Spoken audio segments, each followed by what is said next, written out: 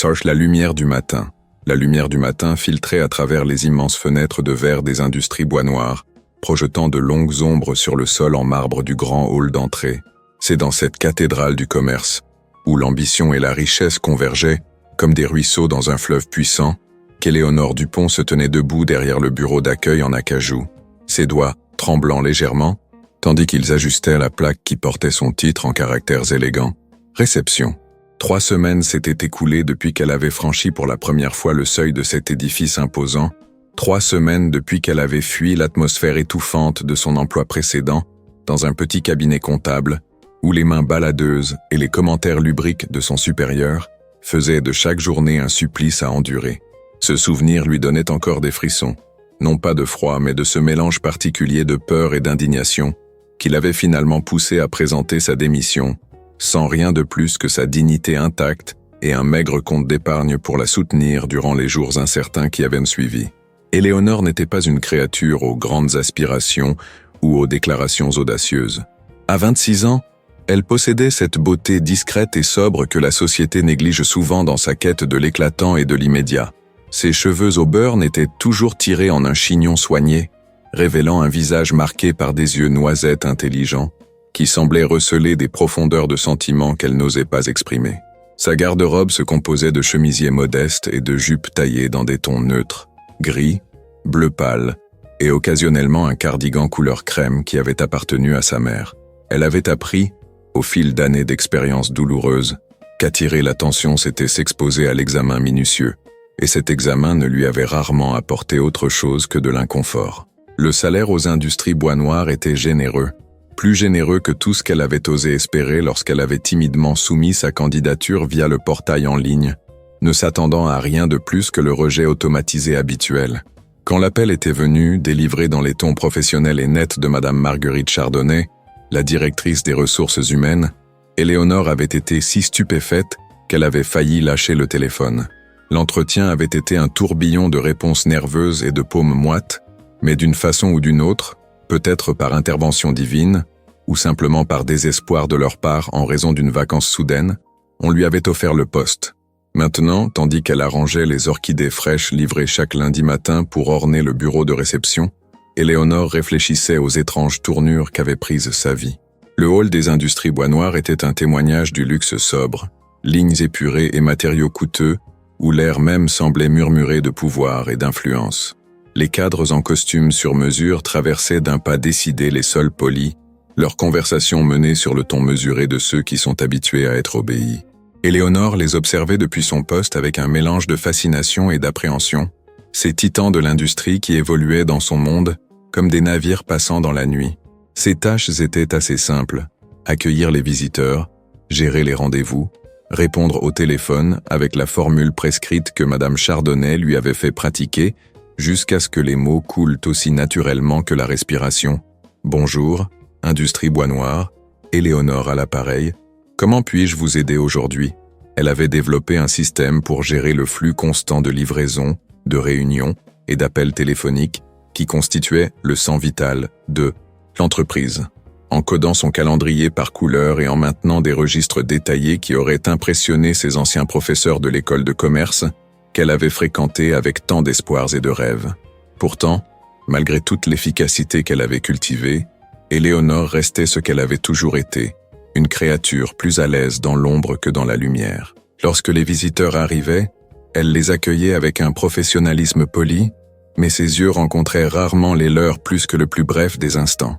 Quand le téléphone sonnait, elle répondait avec une courtoisie pratiquée, mais sa voix ne s'élevait jamais au-dessus des tons modulés qui étaient devenus pour elle une seconde nature. Elle était, à tous égards, la réceptionniste parfaite, compétente, discrète et parfaitement oubliable. C'était peut-être cette invisibilité même qui lui avait permis d'observer, avec une fascination croissante, les dynamiques sociales complexes qui se jouaient quotidiennement dans le hall. Elle avait appris à reconnaître les subtiles hiérarchies qui régissaient les interactions entre les différents cadres et leurs assistants. Elle pouvait distinguer ceux qui exerçaient un pouvoir réel de ceux qui y aspiraient, simplement par leur façon de se tenir, la déférence qu'ils recevaient et les subtils changements d'atmosphère qui accompagnaient leur présence. Mais de toutes les figures qui peuplaient ces observations quotidiennes, Aucune ne commandait plus d'attention que l'homme qui restait largement un mystère pour elle, Adrien Boisnoir lui-même, le directeur général et héritier de l'Empire qui portait son nom familial. Éléonore n'avait aperçu que des bribes de lui durant son mandat, une silhouette élancée se dirigeant d'un pas décidé vers les ascenseurs réservés aux dirigeants, entouré d'un cortège d'assistants et de conseillers.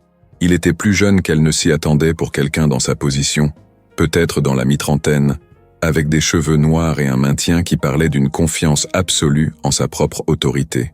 Les histoires sur Adrien Boisnoir circulèrent dans le bâtiment comme des légendes murmurées. Certains parlèrent de son ascension fulgurante au pouvoir après la retraite de son père, d'autres de sa réputation de brillance dans les affaires qui avaient élevé l'entreprise à des hauteurs sans précédent. Il y avait aussi des rumeurs plus sombres, d'un homme qui exigeait la perfection de son entourage, qui avait peu de patience pour l'incompétence, et dont le mécontentement pouvait mettre fin à des carrières avec une précision chirurgicale. Éléonore avait appris à reconnaître les signes de son arrivée imminente. Le soudain redressement des dos parmi les assistants de direction, les ajustements hâtifs des cravates et des vestes, la façon dont les conversations devenaient plus feutrées, comme si l'air même s'était raréfié. Elle ne lui avait jamais parlé directement, bien sûr. Leur monde évoluait sur des orbites entièrement différentes, séparés par des couches de hiérarchie qui auraient tout aussi bien pu être des gouffres. Quand il traversait le hall, ce qui était rare, le regard d'Éléonore trouvait inévitablement refuge sur son écran d'ordinateur ou les papiers sur son bureau. N'importe quoi pour éviter la possibilité de ce moment gênant, où leurs yeux pourraient se croiser et où elle serait obligée d'offrir une forme de reconnaissance de sa présence. C'était un mardi matin de fin novembre, lorsque la première perturbation dans le monde soigneusement ordonné d'Éléonore se produisit. Elle était arrivée à son heure habituelle, 7h30 précise, pour trouver le hall déjà en pleine effervescence. Une conférence était prévue plus tard dans la matinée, quelque chose en rapport avec les marchés internationaux et les opportunités d'expansion. Et l'air vibrait littéralement de la tension qui accompagnait toujours de telles réunions à enjeux élevés. Éléonore venait de finir de mettre à jour le registre des visiteurs lorsqu'elle le remarqua. Un monsieur d'environ 55 ans, d'apparence distinguée avec des cheveux gris argentés et des yeux aimables derrière des lunettes à monture métallique. Il se tenait près du kiosque d'information, consultant ce qui semblait être un smartphone, le front plissé de concentration. Il y avait quelque chose dans sa posture, la façon dont il se tenait légèrement à l'écart du flot de personnes qui circulaient autour de lui, qui lui semblait différent. Lorsqu'il s'approcha de son bureau, Éléonore se prépara automatiquement à délivrer son salut standard, mais quelque chose dans son expression, un mélange d'espoir et d'incertitude, la fit hésiter. Il était bien habillé, clairement quelqu'un d'important étant donné sa présence aux industries Boisnoir, mais il y avait une vulnérabilité dans sa façon d'être qui touchait quelque chose de profond dans son cœur habituellement réservé. « Bonjour », commença-t-elle, sa voix prenant sa cadence professionnelle. « Comment puis-je vous aider aujourd'hui ?» Le monsieur sourit, une expression chaleureuse et reconnaissante qui semblait illuminer tout son visage. Mais au lieu de répondre vocalement, ses mains commencèrent à bouger dans une série de gestes fluides et intentionnels. Éléonore sentit son cœur faire un bond quand la reconnaissance s'imposa. Il communiquait en langage des signes. Pendant un moment, le hall animé sembla s'estomper à l'arrière-plan tandis qu'Éléonore se retrouvait transportée dans son enfance, dans le petit appartement qu'elle avait partagé avec sa mère après la mort de son père. Sa mère, Sarah Dupont, était née sourde, et la langue des signes avait été la première langue d'Éléonore, apprise sur les genoux de sa mère bien avant qu'elle ne maîtrise la parole que le reste du monde tenait pour acquise. Les années depuis la mort de sa mère avaient été marquées par une déconnexion progressive de la communauté sourde, qui avait été une partie si intégrante de sa petite enfance.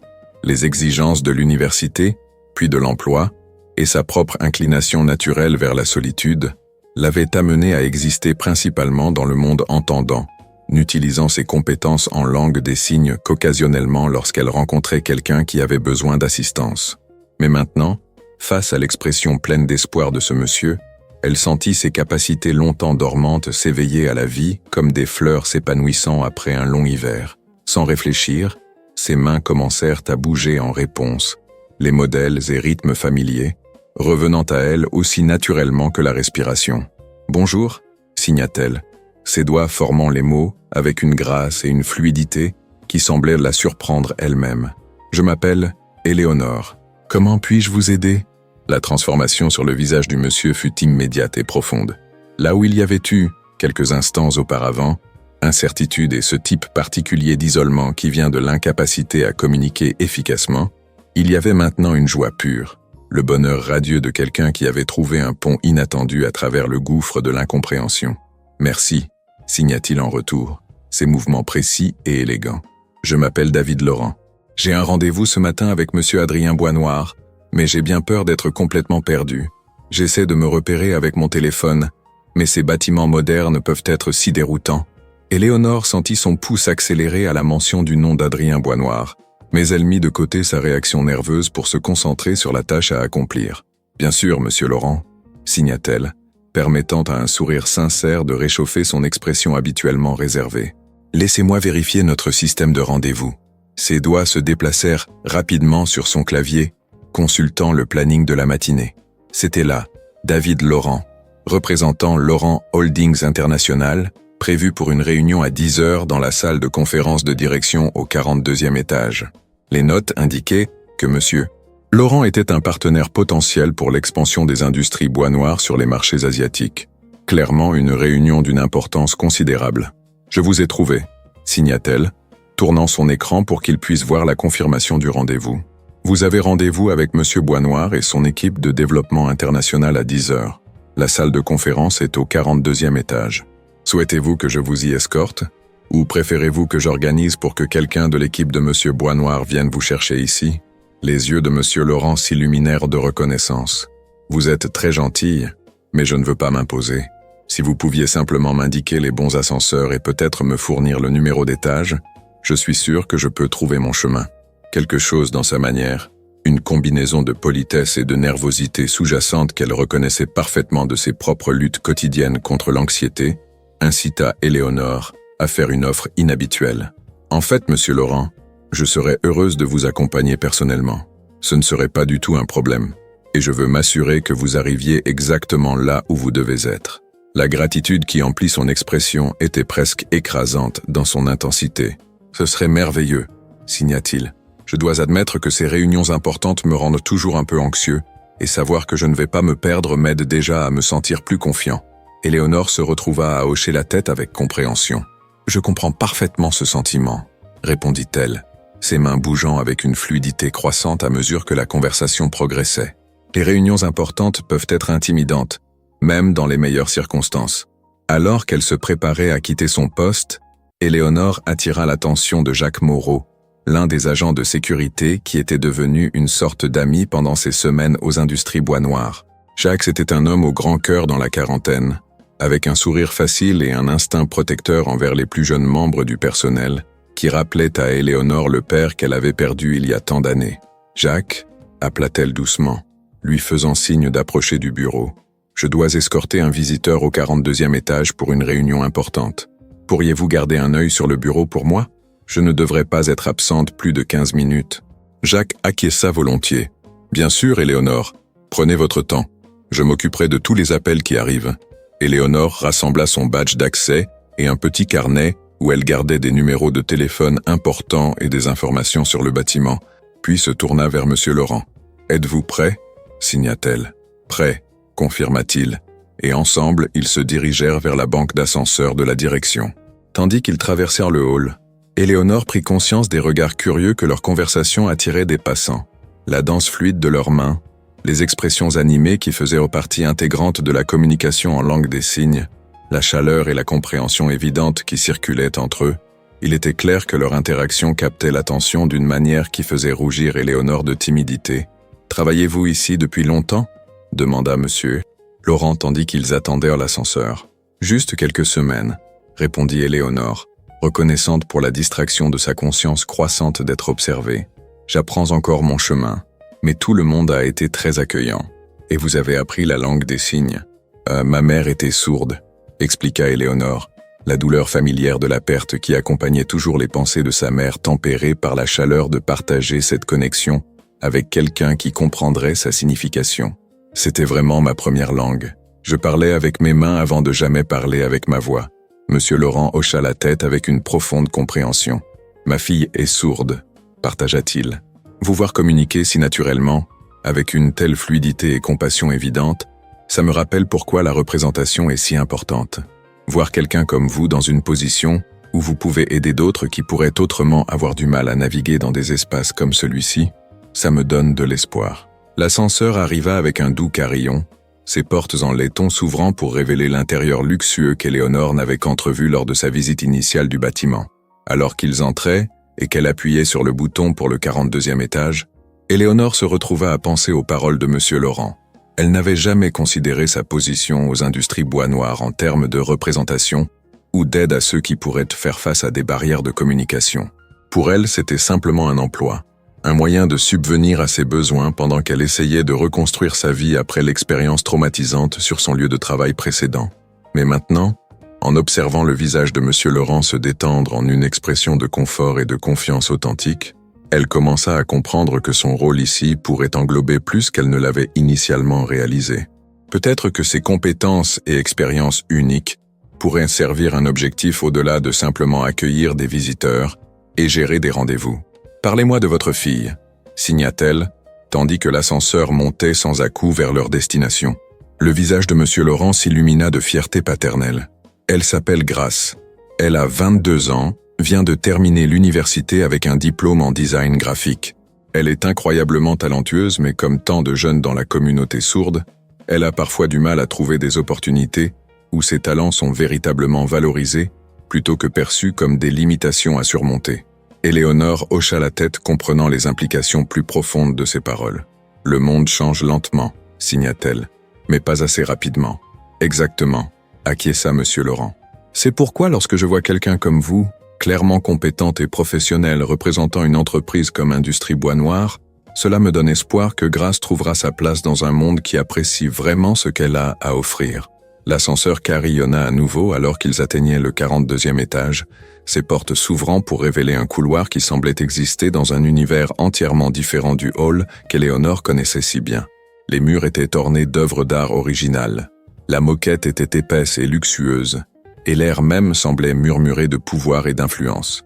Les fenêtres du sol au plafond offraient une vue imprenable sur la ligne d'horizon de la ville, et Éléonore se sentit momentanément étourdie tant par la hauteur que par l'atmosphère raréfiée de l'étage de direction. « Par ici » signa-t-elle, consultant le petit répertoire du bâtiment qu'elle avait apporté. La salle de conférence de direction était située à l'extrémité du couloir, derrière d'imposantes doubles portes en bois sombre, qui semblaient émaner un sentiment d'importance presque palpable. En marchant, Éléonore prit de plus en plus conscience de l'ampleur de la réunion à laquelle Monsieur Laurent était sur le point d'assister. Les notes dans le système de rendez-vous avaient indiqué qu'il s'agissait d'un partenariat potentiel valant des centaines de millions d'euros, le genre d'accord qui pourrait remodeler l'avenir des deux entreprises. La pensée qu'elle, Éléonore Dupont, jouait ne serait-ce qu'un petit rôle dans la facilitation d'événements aussi importants, était à la fois exaltante et terrifiante. « Nous y sommes », signa-t-elle alors qu'ils approchèrent des portes de la salle de conférence. « Souhaitez-vous que j'annonce votre arrivée à l'assistant de Monsieur Bois Noir, ou préférez-vous gérer l'introduction vous-même » Monsieur Laurent fit une pause, son expression pensive. « En fait, cela vous dérangerait-il de rester juste un moment ? Parfois, ces premières introductions peuvent être difficiles quand il y a des barrières de communication, et je veux m'assurer que nous commençons du bon pied. » Éléonore sentit son rythme cardiaque augmenter à la perspective d'interagir potentiellement avec Adrien Bois Noir directement, mais la demande de Monsieur Laurent était à la fois raisonnable et touchante dans sa confiance implicite en ses capacités. « Bien sûr, » répondit-elle, « je serai heureuse de vous aider pour l'introduction. » Elle frappa doucement à la porte, attendant le « entrer » étouffé avant de la pousser pour révéler une salle de conférence qui semblait conçue pour intimider et impressionner à parts égales. Une table massive en acajou poli dominait l'espace, entourée de fauteuils en cuir qui coûtaient probablement plus qu'Éléonore ne gagnait en plusieurs mois. Les murs étaient bordés d'écrans affichant des données de marché et des projections financières, et les fenêtres panoramiques offraient une vue de la ville qui semblait placer les occupants de la salle au-dessus des préoccupations des mortels ordinaires. Mais c'était l'homme debout à la tête de la table, consultant ce qui semblait être une tablette tout en parlant à voix basse avec deux autres dirigeants, qui commandaient l'attention d'Éléonore et envoyaient son calme soigneusement maintenu en désarroi complet. Adrien Bois Noir était plus jeune qu'elle ne s'y attendait, et bien plus imposant que les brefs aperçus qu'elle avait attrapés dans le hall ne l'avaient suggéré. Il mesurait environ 1,80 m, avec le genre de carrure athlétique qui parlait d'une attention disciplinée à la forme physique. Ses cheveux noirs étaient parfaitement coiffés, son costume gris anthracite clairement taillé sur mesure, pour souligner ses épaules larges et sa silhouette élancée. Mais c'étaient ses yeux qui captivaient vraiment son attention. Gris acier et intensément concentrés, il semblait absorber tout autour de lui avec la conscience prédatrice de quelqu'un habitué à identifier opportunités et menaces avec une égale facilité. Quand il leva les yeux à leur entrée, ses yeux pénétrants se fixèrent d'abord sur Éléonore, puis se déplacèrent vers Monsieur Laurent, et elle observa son expression passer par une série de changements subtils. D'abord vint l'évaluation automatique qui semblait être sa réponse par défaut à toute nouvelle situation, suivie d'un bref moment de confusion alors qu'il traitait la vue de sa réceptionniste escortant un visiteur à sa réunion privée, pour finalement s'installer dans ce qu'Éléonore ne pouvait décrire que comme une intense curiosité. « Monsieur Boisnoir », commença Éléonore, sa voix stable malgré la façon dont son cœur martelait contre ses côtes. « J'aimerais vous présenter Monsieur David Laurent de Laurent Holdings International. Il est ici pour votre rendez-vous de 10 heures. » Le regard d'Adrien Boisnoir passa d'Éléonore à Monsieur Laurent, et elle vit la compréhension commencer à poindre dans son expression. Il avait clairement remarqué leur conversation continue en langue des signes, et bien qu'Éléonore ne puisse être certaine de ses pensées, il y avait quelque chose dans sa manière qui suggérait qu'il traitait bien plus d'informations qu'elle ne se sentait à l'aise de partager. « Monsieur Laurent ?» dit Adrien s'avançant avec sa main tendue en signe de salutation. « Bienvenue aux Industries Boisnoir. Je suis Adrien Boisnoir, et je suis très heureux de vous rencontrer. Monsieur. » Laurent sourit chaleureusement et accepta la poignée de main. Mais Éléonore pouvait voir la légère tension dans sa posture qui indiquait qu'il avait du mal à suivre la conversation. Sans réfléchir, elle commença à signer les paroles d'Adrien pour le bénéfice de Monsieur Laurent. « Merci de m'accorder du temps aujourd'hui », signa Monsieur Laurent en retour, ses yeux se tournant avec gratitude vers Éléonore tandis qu'elle interprétait sa réponse. « Il dit merci de lui accorder du temps aujourd'hui », traduisit Éléonore, sa voix professionnelle mais teintée de la nervosité qu'elle ne pouvait tout à fait supprimer.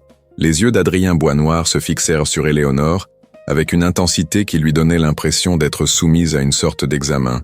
Mais quand il parla, sa voix contenait une chaleur qui la surprit. « Veuillez dire à Monsieur Laurent que le plaisir est entièrement mien, dit-il, son regard ne quittant jamais le visage d'Éléonore, tandis qu'elle traduisait ses paroles en langue des signes. « J'attends avec impatience notre discussion sur le partenariat potentiel entre nos entreprises. » Alors qu'Éléonore continuait de faciliter l'introduction, elle devint de plus en plus consciente de l'attention inébranlable d'Adrien Boisnoir. Bien que ses paroles soient dirigées vers Monsieur Laurent, ses yeux restaient fixés sur elle avec une concentration qui était à la fois flatteuse et profondément troublante. Elle avait passé toute sa vie d'adulte à cultiver l'art d'être invisible, de se fondre dans l'arrière-plan et d'éviter le genre d'examen qui lui était maintenant dirigé avec une précision laser. Les autres dirigeants dans la pièce, qu'Adrien présenta comme son vice-président du développement international et son directeur financier, semblaient également intrigués par le tournant inattendu qu'avait pris leur matinée. Éléonore pouvait sentir leur regard curieux tandis qu'elle continuait d'interpréter les politesses préliminaires, et elle se retrouva à souhaiter ardemment pouvoir simplement disparaître dans le sol. « Je pense que nous sommes prêts à commencer notre réunion », annonça finalement Adrien, ses yeux toujours fixés sur Éléonore. « Mademoiselle Dupont, je tiens à vous remercier personnellement d'avoir veillé à ce que Monsieur Laurent arrive en toute sécurité et confortablement. Votre assistance a été inestimable. » Il y avait quelque chose dans la façon dont il dit le mot « inestimable » qui envoya un frisson le long de la colonne vertébrale d'Éléonore. Bien que si c'était d'appréhension ou de quelque chose d'entièrement différent, elle ne pouvait pas tout à fait le déterminer. « Ce fut mon plaisir, Monsieur Boisnoir », répondit-elle, exécutant une légère révérence qu'elle espérait transmettrait un respect approprié, tout en signalant sa préparation à se retirer de la scène. Mais alors qu'elle se tournait pour partir, la voix d'Adrien l'arrêta à la porte. « Mademoiselle Dupont », appela-t-il, son ton portant une autorité qui ne souffrait aucune contestation. « J'aimerais vous voir dans mon bureau après cette réunion. Est-ce que 14 heures cet après-midi vous conviendrait ?» Éléonore sentit le sang quitter son visage, alors que tous les yeux dans la pièce se tournaient vers elle. « Bien sûr, Monsieur Boisnoir », réussit-elle à dire, sa voix à peine plus qu'un murmure. « 14 heures sera parfait. »« Excellent », répondit-il, et il y avait quelque chose dans son sourire qui rendait les genoux d'Éléonore décidément instables. « Je ferai confirmer le rendez-vous avec vous par mon assistante. » Tandis qu'Éléonore regagnait l'ascenseur, son esprit tourbillonnait de possibilités, chacune plus terrifiante que la précédente. Avait-elle d'une façon ou d'une autre outrepassé ses limites en interprétant pour Monsieur Laurent? Adrien Boisnoir était-il mécontent de sa présomption d'escorter un visiteur à sa réunion privée? Avait-elle commis une violation de protocole qui lui coûterait l'emploi dont elle avait si désespérément besoin? Le trajet en ascenseur jusqu'au hall sembla durer une éternité, et quand les portes s'ouvrirent enfin pour révéler l'agitation familière de la zone de réception, Éléonore se sentit comme une prisonnière condamnée retournant dans sa cellule pour attendre l'exécution. Jacques Moreau leva les yeux du bureau de réception avec un sourire accueillant qui s'estompa quand il vit son expression. « Tout va bien, Éléonore ?» demanda-t-il avec une préoccupation sincère. « Vous avez l'air d'avoir vu un fantôme. » Éléonore s'effondra sur sa chaise derrière le bureau, ses jambes se sentant trop instables pour supporter son poids. « Je pense que je viens peut-être de commettre la plus grande erreur de ma vie professionnelle, » murmura-t-elle, fixant son écran d'ordinateur sans vraiment le voir. « Que s'est-il passé là-haut » demanda Jacques, se penchant plus près avec l'instinct protecteur qui avait fait de lui un tel réconfort durant ses premiers jours incertains aux industries Boisnoir. Éléonore leva les yeux vers lui, ses yeux noisettes écarquillés d'un mélange de peur et de confusion. « Je pense, » dit-elle lentement, « que j'ai peut-être accidentellement attiré l'attention d'Adrien Boisnoir lui-même. Et je n'ai absolument aucune idée si c'est la meilleure chose qui pouvait m'arriver, ou la pire. » Les heures entre le départ de M. Laurent et le rendez-vous fixé d'Éléonore avec Adrien Boisnoir s'étiraient devant elle comme un vaste désert d'anxiété et de spéculation. Chaque tic de l'horloge ornée qui ornait le mur du hall semblait résonner avec un présage menaçant, marquant le temps jusqu'à ce qu'elle s'était convaincue serait sûrement sa ruine professionnelle. Elle avait tenté de se perdre dans les routines familières de sa position, répondre aux appels téléphoniques, accueillir les visiteurs, gérer le flux incessant de livraisons qui maintenait la machine d'entreprise fonctionnelle. Mais son esprit refusait d'être apaisé par de telles distractions banales. Jacques Moreau avait fait plusieurs tentatives tout au long de la matinée pour l'entraîner dans une conversation, ses yeux gentils reflétant la préoccupation sincère qui avait fait de lui une source de réconfort si inattendue pendant son mandat aux industries Boisnoir. Mais Éléonore se trouvait incapable d'articuler le mélange complexe d'émotions qui tourbillonnait dans sa poitrine. Comment pouvait-elle expliquer à cet homme bien intentionné qu'elle avait passé toute sa vie adulte à cultiver l'art de l'invisibilité, seulement pour se retrouver propulsée dans les projecteurs de l'attention d'Adrien Boisnoir, parce qu'elle ne pouvait caractériser que comme un moment d'impulsion compatissante? La matinée avait apporté une petite miséricorde, sous la forme d'un appel téléphonique de l'assistante de M. Laurent, transmettant sa profonde gratitude pour l'assistance d'Éléonore et exprimant son espoir que leurs chemins se croisent à nouveau à l'avenir. La voix de la jeune femme était chaleureuse de sincère appréciation, alors qu'elle relayait le message de M. Laurent que la réunion s'était déroulée exceptionnellement bien, en grande partie grâce à l'intervention réfléchie d'Éléonore pour faciliter l'introduction initiale. « Monsieur, Laurent voulait que je vous dise spécifiquement, » avait dit l'assistante, ces mots portant le poids d'une émotion sincère, que votre gentillesse et votre professionnalisme l'ont fait se sentir véritablement accueilli chez Industrie Boisnoir. Il a dit qu'il est rare de rencontrer quelqu'un qui va si loin au-delà de ses responsabilités professionnelles de base pour assurer le confort et le succès d'une autre personne. Le compliment aurait dû remplir Éléonore de satisfaction et de fierté, mais il n'a fait qu'intensifier son anxiété concernant la réunion à venir. Si les affaires de M. Laurent s'étaient concluses avec succès, pourquoi Adrien Boisnoir ressentirait-il le besoin de la convoquer dans son bureau?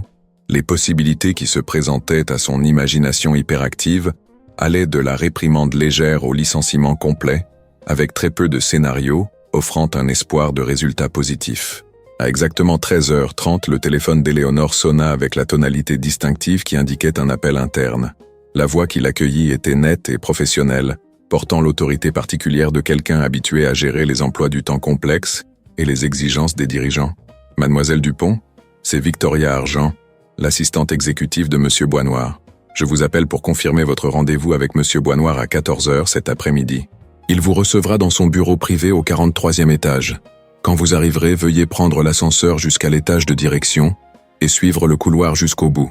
Mon bureau est adjacent au sien et je vous y escorterai quand il sera prêt.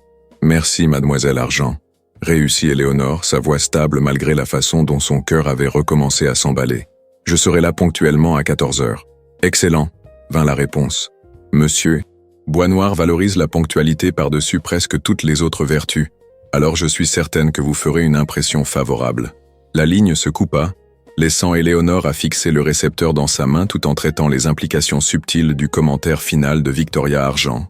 Était-il possible que cette réunion ne soit pas le désastre professionnel qu'elle avait imaginé? Le ton de l'assistante exécutive avait été neutre, ni chaud ni froid, mais il y avait eu quelque chose dans sa formulation qui suggérait qu'Éléonore devrait se préparer à quelque chose de plus significatif qu'une simple réprimande. À 10 minutes avant 14 heures, Éléonore se rendit aux toilettes des dames pour se composer avant ce qui l'attendait. Le miroir lui renvoyait l'image d'une jeune femme dont le teint habituellement pâle avait pris une pâleur presque fantomatique, dont les cheveux auburn, habituellement soignés, montraient des signes de l'agitation nerveuse qui l'avait tourmentée tout au long de la matinée. Elle prit plusieurs respirations profondes, redressa ses épaules et tenta de projeter l'image de compétences professionnelles qu'elle espérait pouvoir la porter à travers l'épreuve à venir. Le trajet en ascenseur jusqu'au 43e étage semblait à la fois interminable et bien trop bref, un paradoxe qui laissa Éléonore avec l'impression d'être suspendue dans une sorte de limbe temporel. Quand les portes en laiton s'ouvrirent enfin pour révéler le couloir de direction, elle se retrouva face à un niveau de luxe et de raffinement qui rendait même l'aperçu d'hier du 42e étage modeste en comparaison. La moquette sous ses pieds était si épaisse et moelleuse que ses pas ne faisaient aucun bruit, tandis qu'elle se dirigeait vers le bout du couloir, où d'imposantes doubles portes en acajou sombre se tenaient, légèrement entr'ouvertes. Les murs étaient ornés d'œuvres d'art originales, qu'Éléonore reconnaissait de ses cours d'histoire de l'art, peintures et sculptures qui appartenaient à des musées plutôt qu'à des bureaux d'entreprise, et qui pourtant semblaient parfaitement à leur place dans cette atmosphère raréfiée. Le bureau de Victoria Argent était une étude d'efficacité organisée, chaque surface dépourvue de désordre, et chaque document classé avec une précision militaire. La femme elle-même semblait être au début de la quarantaine, avec des cheveux blonds platine arrangés en un chignon parfait et un tailleur gris colombe qui avait clairement été taillé spécifiquement pour sa silhouette grande et élégante. Quand elle leva les yeux de son écran d'ordinateur, ses yeux bleus évaluèrent Éléonore avec le genre de minutie qui suggérait qu'elle faisait son affaire de tout savoir, sur tous ceux qui entraient dans la sphère d'influence d'Adrien Boisnoir. « Mademoiselle Dupont, dit-elle, se levant de son bureau avec une grâce fluide, vous êtes précisément à l'heure. Monsieur Boisnoir appréciera cela. » Elle fit un geste vers une paire de fauteuils en cuir, disposés près d'une fenêtre, qui offrait une autre vue à couper le souffle de la ville en contrebas. « Il est en train de conclure un appel téléphonique avec notre bureau de Londres. S'il vous plaît, mettez-vous à l'aise. » Éléonore se percha au bord de l'un des fauteuils, sa posture rigide de tension nerveuse.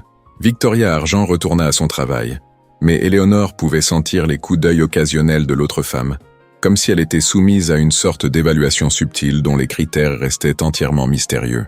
Les minutes s'écoulèrent avec une lenteur exaspérante jusqu'à ce que, finalement, l'interphone sur le bureau de Victoria crépite à la vie avec la voix distinctive d'Adrien Boisnoir. « Victoria, veuillez faire entrer Mademoiselle Dupont. »« Bien sûr, Monsieur Boisnoir, » répondit Victoria, puis se tourna vers Éléonore avec ce qui aurait pu être un sourire encourageant.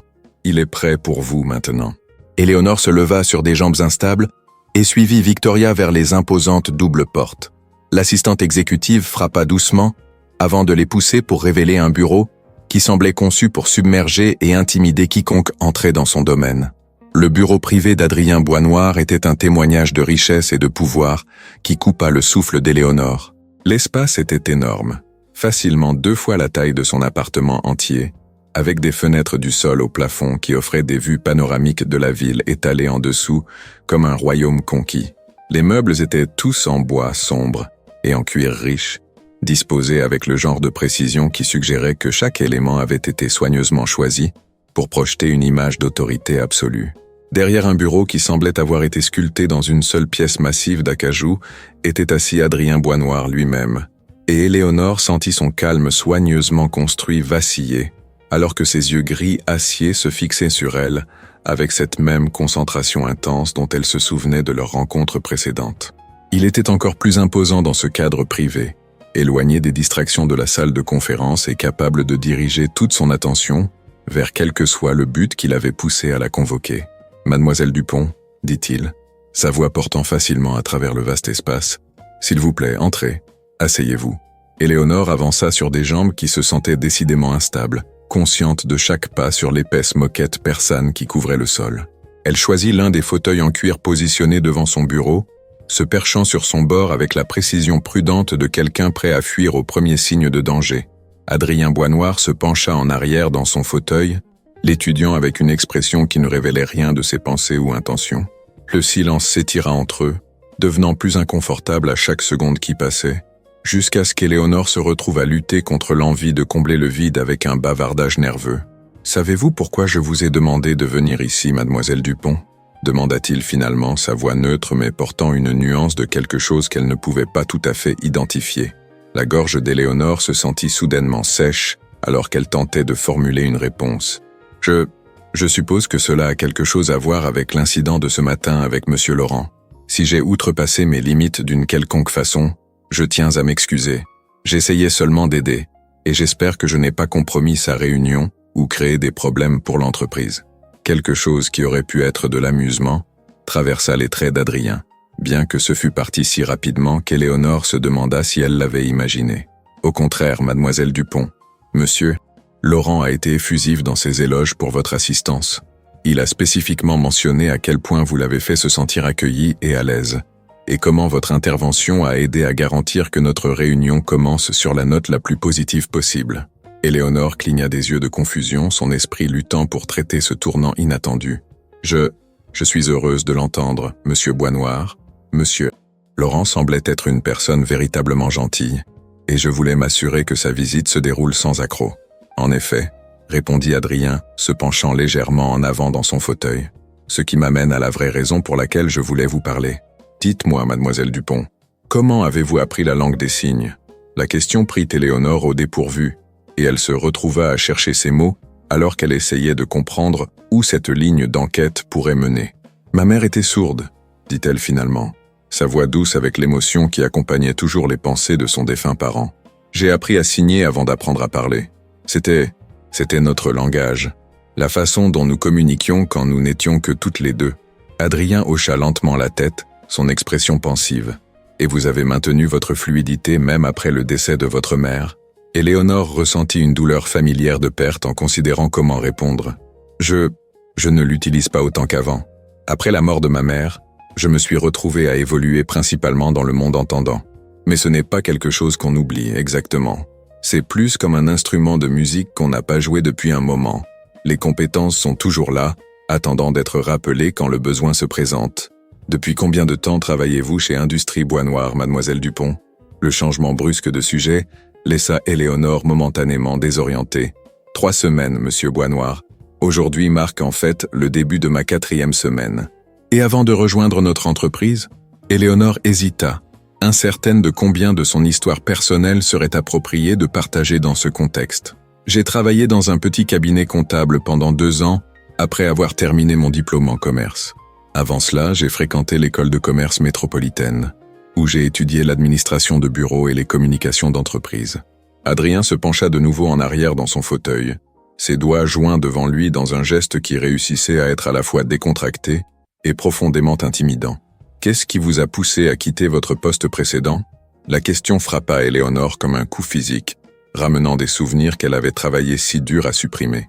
Son visage rougit d'embarras et de quelque chose proche de la honte alors qu'elle luttait pour trouver des mots qui expliqueraient son départ, sans révéler l'étendue complète de son humiliation. « Il y avait des conflits personnels, » dit-elle finalement, sa voix à peine plus qu'un murmure. « L'environnement de travail est devenu inconfortable, et j'ai estimé qu'il était préférable de chercher des opportunités ailleurs. » Les yeux d'Adrien se firent plus vifs avec ce qu'Éléonore ne pouvait décrire que comme un intérêt prédateur, et elle eut la sensation troublante qu'il pouvait voir à travers son évasion soigneusement construite, jusqu'à la vérité douloureuse en dessous. « Je vois, » dit-il, son ton neutre mais transmettant d'une certaine façon des profondeurs de compréhension qui firent bouger Éléonore inconfortablement dans son fauteuil. « Et vous êtes satisfaite de votre poste ici aux Industries Boisnoir ?»« Très, » répondit Éléonore, reconnaissante pour le changement vers un territoire plus positif. « Tout le monde a été accueillant et professionnel, et je trouve le travail stimulant dans tous les meilleurs sens du terme. »« Stimulant ?» répéta Adrien, comme s'il testait le mot. C'est une formulation intéressante pour ce que la plupart des gens considéreraient comme un poste de réceptionniste assez routinier. Éléonore sentit la chaleur monter à ses joues face à la critique implicite. « Je ne voulais pas suggérer que le travail lui-même était en dessous de moi, monsieur Boisnoir. Je voulais simplement dire que j'apprécie d'avoir des responsabilités qui me demandent de réfléchir et de m'adapter, plutôt que de simplement suivre un script. Aucune offense prise, mademoiselle Dupont. En fait, votre attitude envers votre travail est en partie ce qui a motivé cette conversation. Adrien se leva soudainement, contournant son bureau pour s'appuyer contre son bord avant, le rapprochant beaucoup de la chaise d'Éléonore. Le changement de position semblait calculé pour créer une atmosphère plus intime, bien que pour le meilleur ou pour le pire, elle ne pouvait le déterminer. « Mademoiselle Dupont, continua-t-il, sa voix prenant un ton de considération sérieuse, j'ai une proposition à vous faire. » Le cœur d'Éléonore commença à s'emballer, alors que son imagination sautait immédiatement aux pires interprétations possibles de sa déclaration. Les souvenirs des avances non désirées de son employeur précédent revinrent en force, et elle se retrouva à agripper les bras de son fauteuil comme si elle se préparait à fuir. Adrien sembla sentir sa détresse, car ses mots suivants vinrent plus rapidement, comme s'il tentait de prévenir les conclusions que son esprit tirait. « Une proposition professionnelle », clarifia-t-il son ton doux mais ferme. « J'aimerais vous offrir un nouveau poste au sein de l'entreprise, un qui ferait meilleur usage de vos compétences et capacités uniques. » Éléonore le fixa dans un silence stupéfait, son esprit luttant pour traiter ce tournant inattendu des événements. « Un nouveau poste ?» réussit-elle finalement à dire. « Êtes-vous familière avec nos initiatives d'expansion internationale, mademoiselle Dupont ?» Éléonore secoua la tête, sa voix l'abandonnant entièrement face à cette conversation surréaliste. Industrie Bois Noir est en train d'établir des partenariats et des filiales dans 17 pays à travers l'Asie, l'Europe et l'Amérique du Sud. C'est une entreprise extrêmement complexe qui nous oblige à naviguer non seulement dans différentes cultures d'affaires et systèmes juridiques, mais aussi à travers d'importantes barrières de communication. Adrien fit une pause, ses yeux gris acier, fixés sur le visage d'Éléonore comme s'il cherchait quelque chose dans son expression. L'interaction de ce matin avec Monsieur Laurent a mis en évidence quelque chose que je n'avais pas considéré auparavant. Dans quelle mesure l'accessibilité de la communication pourrait être un avantage concurrentiel dans nos transactions internationales.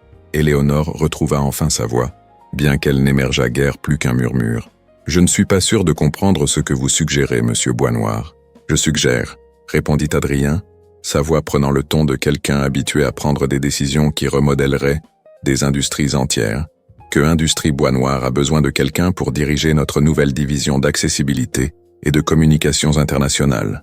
Quelqu'un qui comprend qu'une communication efficace va bien au-delà de simplement parler la même langue. Les mots frappèrent Éléonore comme la foudre, et elle se retrouva à fixer Adrien avec un complet ahurissement. « Êtes-vous en train de m'offrir un emploi? Je vous offre une carrière, mademoiselle Dupont. Une chance d'utiliser vos talents et expériences uniques pour aider à construire quelque chose de sans précédent dans le monde des entreprises. » Adrien se déplaça pour se tenir de nouveau derrière son bureau, mais sa posture resta détendue, presque conversationnelle. Le poste impliquerait de travailler directement avec nos partenaires internationaux pour garantir que les barrières de communication ne nous empêchent jamais de construire des relations d'affaires significatives. Vous superviseriez le développement de protocoles d'accessibilité pour toutes nos installations d'entreprise, et vous serviriez de liaison principale avec les parties prenantes sourdes et malentendantes dans chaque marché que nous pénétrons. Éléonore avait l'impression que le monde entier s'était incliné sur son axe. Ce matin, elle était une simple réceptionniste, reconnaissante d'avoir un emploi quelconque. Maintenant, Adrien Bois Noir, l'un des hommes les plus puissants du monde des affaires, lui offrait un poste qui ressemblait à quelque chose tiré de ses rêves les plus ambitieux. Je ne sais pas quoi dire, bégaya-t-elle, son esprit courant pour rattraper l'ampleur de ce qui lui était offert. « Dites que vous allez y réfléchir », répondit Adrien, sa voix portant une chaleur qui la surprit. Le salaire serait à la mesure du niveau exécutif du poste, significativement plus que ce que vous gagnez actuellement, je vous l'assure. Vous auriez votre propre bureau, un personnel dédié, et un budget qui vous permettrait de mettre en œuvre de réels changements non seulement au sein de notre entreprise, mais dans toute l'industrie. La nature pratique d'Éléonore commença à s'affirmer sur son choc et son étonnement. « Mais monsieur Bois Noir, je n'ai aucune expérience en gestion exécutive. Je n'ai jamais dirigé un département ou supervisé un budget. Comment pouvez-vous être certain que je suis qualifié pour quelque chose de cette ampleur ?» Adrien sourit, le premier sourire vraiment chaleureux qu'elle avait vu de lui, et il transforma tout son visage d'une manière qui fit sauter le cœur d'Éléonore plusieurs battements. « Mademoiselle Dupont, ce matin, vous avez pris l'initiative d'aider quelqu'un dans le besoin sans qu'on vous le demande. Vous avez démontré des compétences que la plupart de nos dirigeants ne possèdent pas. Et vous l'avez fait avec une grâce et un professionnalisme qui ont laissé une impression durable sur un partenaire potentiel valant des centaines de millions d'euros pour cette entreprise. Il s'approcha à nouveau de sa chaise, mais cette fois sa proximité semblait moins intimidante et plus quelque chose d'entièrement différent, quelque chose qu'Éléonore n'osait pas nommer. Plus important encore, continua-t-il, sa voix baissant à un registre plus intime. Vous avez montré de la compassion et de la décence humaine dans une situation où beaucoup de gens auraient simplement dirigé Monsieur Laurent vers le bureau de quelqu'un d'autre. Vous avez vu un besoin et vous l'avez comblé, non pas parce que c'était votre travail, mais parce que c'était la bonne chose à faire. Éléonore sentit des larmes piquer les coins de ses yeux, submergée par la validation inattendue de qualités qu'elle avait toujours considérées comme sans importance. J'essayais juste d'aider. Exactement, dit doucement Adrien. Et cet instinct, ce désir sincère d'aider les autres à réussir, c'est quelque chose qui ne peut pas être enseigné. Tout le reste, compétences en gestion, budgétisation, planification stratégique, ce sont des choses que vous pouvez apprendre. Mais le cœur de ce qui vous rendrait exceptionnel dans ce rôle, il est déjà là. Éléonore le regarda à travers ses larmes non versées, voyant non pas le titan d'entreprise intimidant qu'elle avait attendu, mais un homme dont les yeux contenaient des profondeurs de compréhension et quelque chose d'autre, quelque chose qui ressemblait presque à de l'admiration. « Qu'attendriez-vous de moi ?» demanda-t-elle, sa voix encore tremblante d'émotion. « J'aurais besoin que vous ayez confiance en vous-même, » répondit Adrien. « J'aurais besoin que vous croyiez que vos expériences et vos instincts ont de la valeur, même dans un monde qui pourrait ne pas toujours le reconnaître. Et j'aurais besoin que vous soyez prête à prendre un risque sur quelque chose d'entièrement nouveau. » Éléonore resta assise en silence pendant plusieurs longs moments, son esprit bouillonnant des implications de ce qu'il offrait. C'était tout ce qu'elle n'avait jamais osé rêver. Respect, autorité, la chance de faire une réelle différence dans le monde. Mais c'était aussi terrifiant dans sa portée et sa responsabilité. « Combien de temps ai-je pour décider ?» demanda-t-elle finalement. « Prenez tout le temps dont vous avez besoin, » répondit Adrien, bien que quelque chose dans son ton suggérait qu'il espérait que sa décision viendrait plus tôt que plus tard. « C'est un changement de vie significatif, et je veux que vous soyez absolument certaine que c'est ce que vous voulez. » Éléonore hocha la tête, luttant toujours pour traiter l'énormité de ce qui venait de se produire. « Puis-je vous demander pourquoi vous m'offrez ceci ? Sûrement qu'il y a des personnes avec plus d'expérience, plus de qualifications. » Adrien resta silencieux si longtemps qu'Éléonore se demanda si elle l'avait d'une façon ou d'une autre, offensée par sa question. Quand il parla finalement, sa voix portait une note de quelque chose qui aurait pu être de la vulnérabilité. « Parce que, mademoiselle Dupont, dans toutes mes années à construire cette entreprise, j'ai rarement rencontré quelqu'un qui incarne les valeurs que je veux que Industrie Bois Noir représente. Vous avez vu quelqu'un qui avait besoin d'aide, et vous l'avez aidé. Vous n'avez pas calculé le bénéfice pour vous-même ou vous inquiété de dépasser les limites. Vous avez simplement fait ce qui devait être fait avec grâce et compétence. » Il se déplaça vers la fenêtre, regardant la ville étalée en dessous comme s'il la voyait avec de nouveaux yeux. Ce genre d'humanité authentique est rare dans le monde des entreprises, mademoiselle Dupont. Et c'est exactement ce dont nous avons besoin si nous voulons construire quelque chose de vraiment extraordinaire. Éléonore se leva de sa chaise sur des jambes instables, se sentant comme si elle venait de vivre quelque chose qui diviserait sa vie en périodes distinctes, avant cette conversation, et tout ce qui viendrait après. « Merci, monsieur Bois Noir, » dit-elle, sa voix plus forte qu'elle ne l'avait anticipé. « De voir quelque chose en moi que je ne suis pas sûr de voir en moi-même. » Adrien se tourna vers elle, et le sourire qui illumina son visage était comme le soleil perçant à travers des nuages d'orage. « La question, mademoiselle Dupont, est de savoir si vous êtes assez courageuse pour le voir aussi. » Tandis qu'Éléonore retournait vers l'ascenseur, son esprit tournoyant avec tout ce qui s'était passé, elle se retrouva à penser à sa mère, à la femme qui avait fait face à un monde qui voyait souvent sa surdité comme une limitation plutôt que simplement une façon différente de vivre la vie.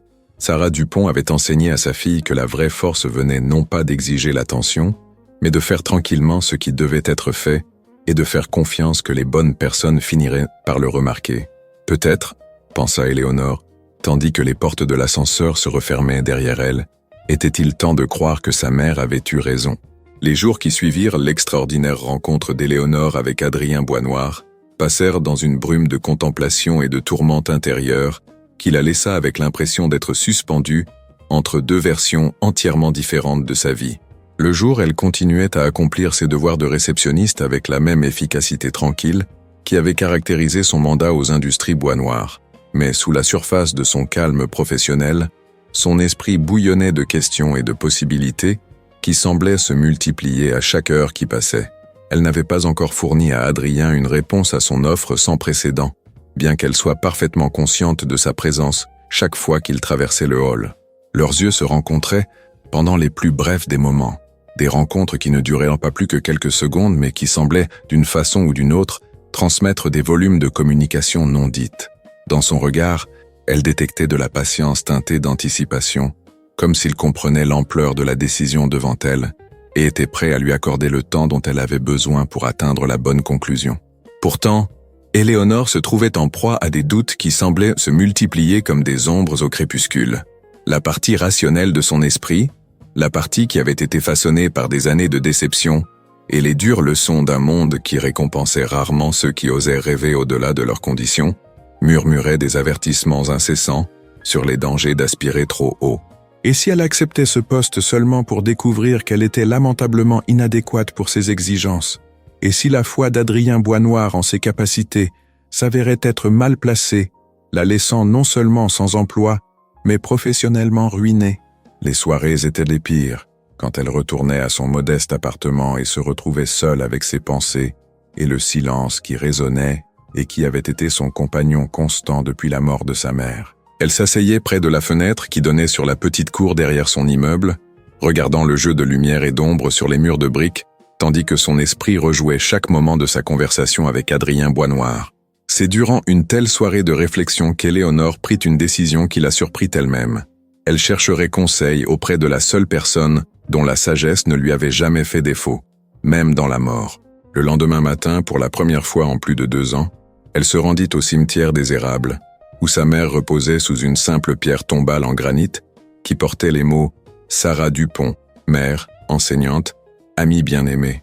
L'air d'automne était vif avec la promesse de l'hiver, et les feuilles tombées craquaient sous les pieds d'Éléonore, tandis qu'elle naviguait les chemins sinueux qui menaient à la tombe de sa mère.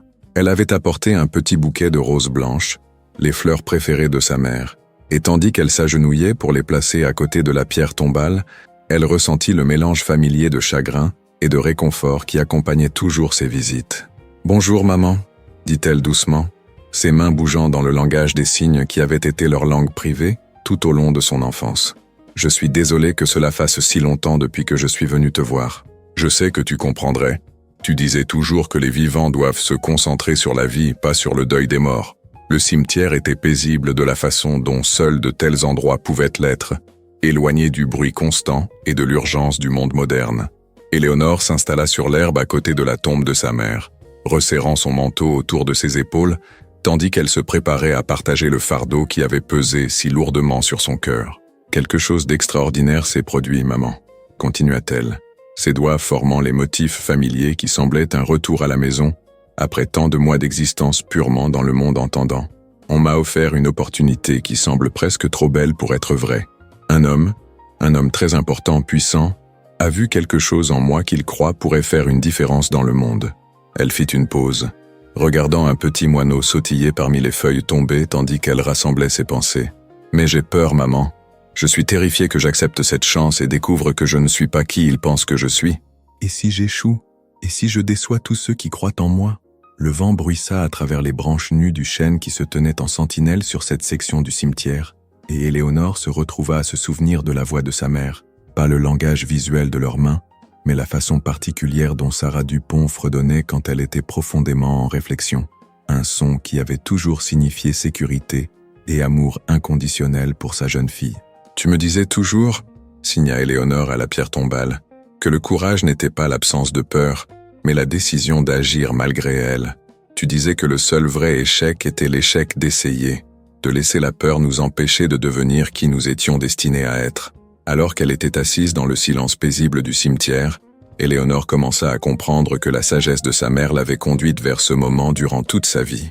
Chaque lutte qu'elles avaient affrontée ensemble, chaque barrière qu'elles avaient surmontée, chaque moment de connexion qu'elles avaient partagé à travers le pont du langage des signes, tout avait été une préparation pour le choix qui se trouvait maintenant devant elle. « Je pense, » signa-t-elle lentement, ses mains bougeant avec une confiance croissante, que tu voudrais que je sois courageuse. Tu voudrais que je fasse confiance aux leçons que tu m'as enseignées et à la force que tu m'as aidé à développer. Tu voudrais que j'avance dans cette nouvelle vie, non pas parce que c'est sûr, mais parce que c'est juste. Éléonore resta au cimetière pendant 1 heure de plus, signant à sa mère ses peurs et ses espoirs, à propos d'Adrien Boisnoir et de l'étrange mélange de terreur et d'excitation que son offre avait éveillé en elle. Au moment où elle se leva pour partir, plaçant un doux baiser sur le bout de ses doigts, avant de les toucher à la pierre tombale en adieu, elle avait atteint une décision qui la remplissait à la fois d'appréhension et d'un sentiment de justesse qui semblait émaner des profondeurs mêmes de son âme. Le lendemain matin, Éléonore arriva aux Industries Boisnoir avec un sentiment de détermination qui se manifestait dans tous les aspects de son maintien. Son pas était plus confiant, son sourire plus sincère, et quand elle saluait le flot familier de visiteurs et de collègues, il y avait quelque chose dans sa manière qui suggérait qu'un changement fondamental s'était produit. À 10 heures précises, elle passa un appel au poste de Victoria Argent, son cœur martelant contre ses côtes mais sa voix ferme avec résolution. « Mademoiselle Argent, c'est Éléonore Dupont. Je me demandais si monsieur Boisnoir aurait quelques minutes disponibles ce matin pour continuer notre conversation d'il y a quelques jours. Laissez-moi vérifier son emploi du temps, répondit Victoria, et Éléonore pouvait entendre le doux cliquetis des touches d'ordinateur en arrière-plan. Il a une brève fenêtre à 10h30. Cela vous conviendrait-il? Ce serait parfait, répondit Éléonore. Merci beaucoup. Les 25 minutes qui s'écoulèrent entre son appel téléphonique et son rendez-vous semblèrent s'étirer comme des heures, mais Éléonore utilisa le temps pour répéter mentalement ce qu'elle voulait dire, comment elle voulait se présenter et les questions qu'elle devait poser avant de prendre son engagement final.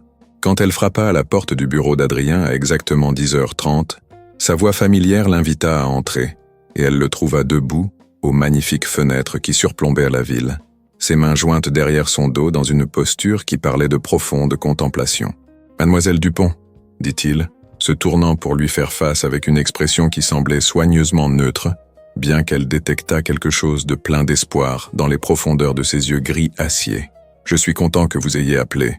S'il vous plaît, asseyez-vous. » Éléonore choisit le même fauteuil qu'elle avait occupé lors de leur précédente réunion, mais cette fois, elle s'y installa avec un calme qui la surprit même. « Monsieur Boisnoir, j'ai beaucoup réfléchi à votre offre, et j'ai quelques questions avant de vous fournir ma réponse. » Adrien se déplaça pour prendre place derrière son bureau imposant, se penchant en avant avec une expression d'intérêt attentif. « Bien sûr, veuillez demander tout ce que vous avez besoin de savoir. Premièrement, commença Éléonore, sa voix claire et stable, je veux comprendre exactement à quoi ressemblerait le succès dans ce poste. Quels objectifs spécifiques attendriez-vous que j'atteigne? Et comment ma performance serait-elle évaluée? » Les sourcils d'Adrien se levèrent légèrement, et Éléonore détecta ce qui pourrait avoir été de l'approbation dans son expression. « Excellente question. À court terme, les 6 premiers mois, j'attendrai que vous meniez une évaluation complète de nos opérations internationales actuelles, identifiant les barrières de communication et les défis d'accessibilité qui pourraient limiter notre efficacité. Vous commenceriez également à développer des relations avec des organisations de défense et des consultants en accessibilité qui pourraient nous aider à mettre en œuvre les meilleures pratiques. » Il fit une pause, consultant un portfolio en cuir ouvert sur son bureau. « À moyen terme, 6 mois à 2 ans, j'attendrai de voir la mise en œuvre d'améliorations concrètes d'accessibilité dans toutes nos installations et plateformes de communication. Nous devrions être reconnus comme un leader de l'industrie dans les pratiques commerciales inclusives, et cette reconnaissance devrait commencer à se traduire par des avantages concurrentiels sur nos marchés internationaux.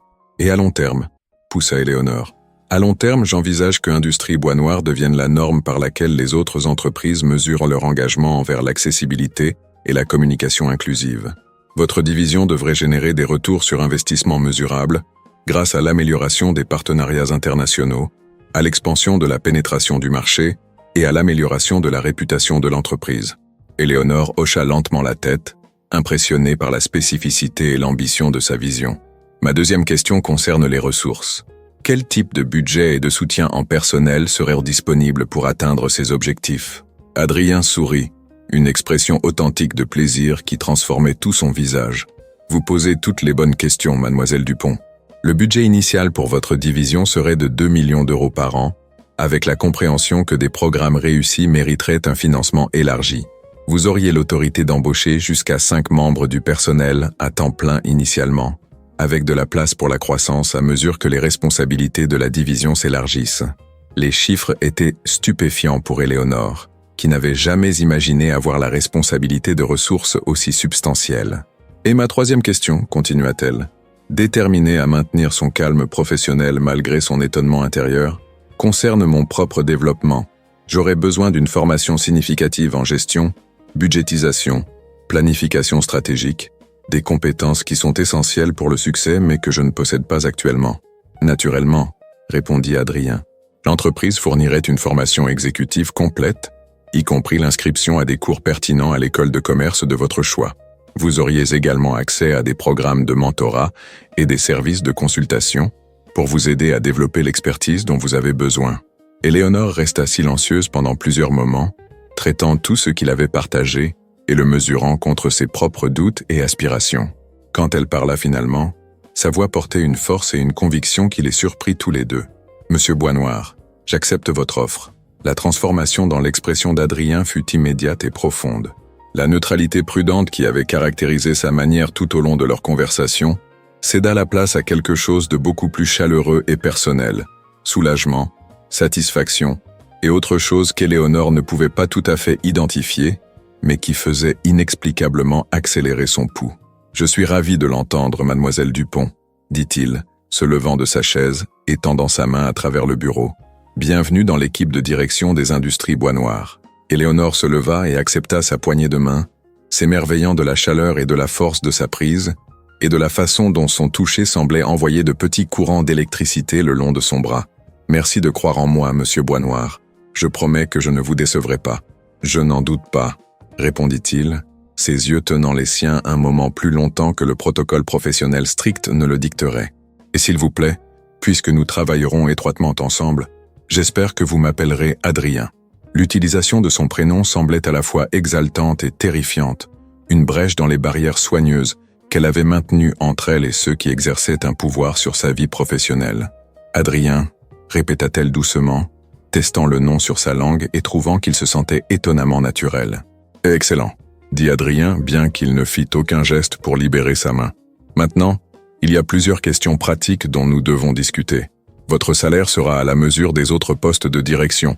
150 000 € par an pour commencer, avec des primes de performance basées sur l'atteinte d'objectifs prédéterminés. » Éléonore sentit ses genoux faiblir à la mention d'un salaire qui était près de 4 fois ce qu'elle gagnait comme réceptionniste. « C'est très généreux, » réussit-elle. « C'est ce que mérite le poste, » répondit Adrien de façon pragmatique. « Vous aurez également tous les avantages des dirigeants.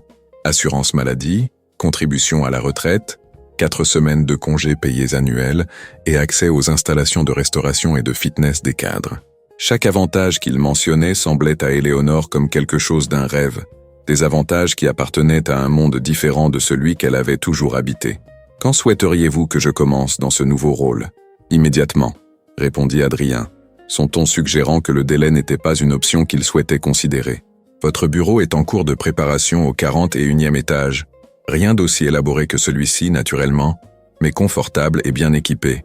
Victoria vous aidera à coordonner la transition et s'assurera que vous avez tout ce dont vous avez besoin. » Éléonore hocha la tête, son esprit tournoyant avec la rapidité à laquelle sa vie changeait. « Et mon remplacement en tant que réceptionniste ? » « Déjà géré, » dit Adrien avec la confiance de quelqu'un habitué à anticiper et résoudre les problèmes avant qu'ils ne deviennent des complications. « Nous avons un excellent service de placement temporaire qui fournira une couverture jusqu'à ce que nous puissions mener une recherche appropriée pour un remplacement permanent. » Alors qu'ils discutaient de la logistique de sa transition, Éléonore se retrouva à étudier le visage d'Adrien avec de nouveaux yeux. Le titan d'entreprise intimidant qu'elle avait craint était toujours là, mais elle commençait à voir d'autres facettes de son caractère, intelligence tempérée de compassion, autorité équilibrée par un respect sincère pour les autres, et une chaleur sous-jacente qui suggérait des profondeurs qu'elle n'avait jamais soupçonnées. « Il y a une chose de plus, » dit Adrien alors que leur réunion tirait à sa fin. « Votre premier projet majeur sera d'organiser une évaluation complète de l'accessibilité de nos opérations internationales. J'aimerais que vous commenciez par visiter nos bureaux à Londres, Tokyo et São Paulo pour évaluer les conditions actuelles et développer des recommandations d'amélioration. » Les yeux d'Éléonore s'élargirent à la perspective de voyages internationaux, quelque chose dont elle n'avait que rêvé pendant ses années de lutte financière. « Cela semble incroyable, » dit-elle doucement. « Les arrangements de voyage seront en première classe, naturellement, Et vous aurez un compte de dépenses généreux pour les repas et l'hébergement, continua Adrien. Je veux que vous voyiez ces opérations du point de vue de quelqu'un qui comprend les défis que nos partenaires internationaux pourraient affronter, et je veux que vous ayez l'autorité de commencer à mettre en œuvre des solutions immédiatement. Alors qu'Éléonore se préparait à quitter son bureau, son esprit bourdonnant de plans et de possibilités, la voix d'Adrien l'arrêta à la porte. « Éléonore, dit-il, et l'utilisation de son prénom envoya un autre petit frisson à travers son système déjà submergé. Je veux que vous sachiez que j'ai une confiance totale en vos capacités. Ne laissez pas le doute ou la peur vous empêcher de devenir tout ce que je sais que vous pouvez être. » Éléonore se retourna pour lui faire face, voyant dans son expression quelque chose qui ressemblait remarquablement à de la fierté, pas la fierté condescendante d'un supérieur content de la performance d'un subordonné, mais le plaisir authentique de quelqu'un qui avait reconnu un potentiel et était ravi de le voir commencer à se déployer. « Merci Adrien, répondit-elle, sa voix portant une nouvelle force et conviction. Je ne vous décevrai pas. Alors qu'elle retournait vers l'ascenseur, Éléonore aperçut son reflet dans les portes métalliques polies et fut surprise de voir une femme qu'elle reconnaissait à peine, épaules droites, menton levé, yeux brillants de détermination et de résolution. La transformation était si complète qu'elle se demanda si quelqu'un reconnaîtrait la réceptionniste timide qu'elle avait été quelques instants auparavant. Le reste de la journée passa dans un tourbillon d'activités, alors que Victoria Argent gérait efficacement la transition d'Éléonore de son ancien rôle à sa nouvelle position. Il y avait des formulaires à remplir, des mots de passe à établir, des badges d'identification à mettre à jour, et une douzaine d'autres détails administratifs qui marquaient son passage d'un monde à un autre. À 17h, Éléonore se retrouva debout dans ce qui était maintenant son bureau, un espace magnifiquement aménagé avec une vue de la ville qui lui coupait le souffle. Le bureau était en acajou comme celui d'Adrien, mais plus petit et plus élégant. Les fauteuils étaient recouverts de cuir doux et des étagères bordaient un mur, attendant d'être remplis avec les ressources dont elle aurait besoin pour ses nouvelles responsabilités. Alors qu'elle se tenait à la fenêtre regardant le soleil commencer à se coucher sur la ligne d'horizon, Éléonore réfléchit à la série extraordinaire d'événements qui l'avaient amenée à ce moment. Moins d'une semaine auparavant, elle luttait avec l'anxiété et le doute de soi, convaincue qu'elle était destinée à rester invisible dans l'ombre des ambitions des autres. Maintenant, elle se retrouvait cadre dans l'une des entreprises les plus prestigieuses du monde, chargée de responsabilités qui pourraient façonner l'avenir des pratiques commerciales internationales. Mais peut-être le plus remarquable de tout était la prise de conscience croissante que sa transformation avait commencé non pas avec l'offre d'Adrien Boisnoir, mais avec sa simple décision d'aider un étranger qui avait besoin d'assistance. Dans ce moment d'action compatissante, elle avait inconsciemment mis en mouvement une chaîne d'événements qui remodèlerait non seulement sa propre vie, mais potentiellement les vies d'innombrables autres qui faisaient face à des barrières similaires de communication et d'inclusion. Alors qu'Éléonore rassemblait ses affaires et se préparait à quitter son nouveau bureau, elle se retrouva à penser une fois de plus à sa mère et aux leçons qui avaient défaçonné sa compréhension de ce que cela signifiait de vivre avec courage et détermination. Sarah Dupont avait enseigné à sa fille que la vraie force venait non pas de demander la reconnaissance, mais de faire tranquillement ce qui devait être fait et de faire confiance que les bonnes personnes finiraient par le remarquer. Peut-être, pensa Éléonore alors qu'elle se dirigeait vers l'ascenseur, sa mère l'avait préparée pour ce moment tout ce temps, non seulement pour accepter les opportunités quand elles venaient, mais pour les créer à travers des actes d'humanité et de compassion authentique. La réceptionniste timide qui avait aidé un visiteur sourd avec la langue des signes avait disparu, remplacée par quelqu'un qu'Éléonore commençait seulement à découvrir, une femme capable de leadership, de vision et du genre d'impact qui pourrait onduler vers l'extérieur pour toucher des vies qu'elle n'avait jamais imaginées. 6 mois s'étaient écoulés depuis qu'Éléonore Dupont était montée du bureau de réception aux étages de direction des industries Boisnoir, et la transformation tant dans ses circonstances que dans son caractère avait été rien de moins que remarquable. La jeune femme timide qui avait autrefois tremblé à l'idée d'attirer l'attention sur elle s'était transformée en une dirigeante confiante, dont la réputation d'innovation et de compassion avait commencé à s'étendre bien au-delà des murs du siège social. Son bureau au 41e étage était devenu un témoignage de son influence et de son expertise grandissante. Les étagères qui étaient autrefois vides étaient maintenant remplies de volumes sur le droit des affaires internationales, les normes d'accessibilité, les modèles de communication culturelle et la psychologie organisationnelle.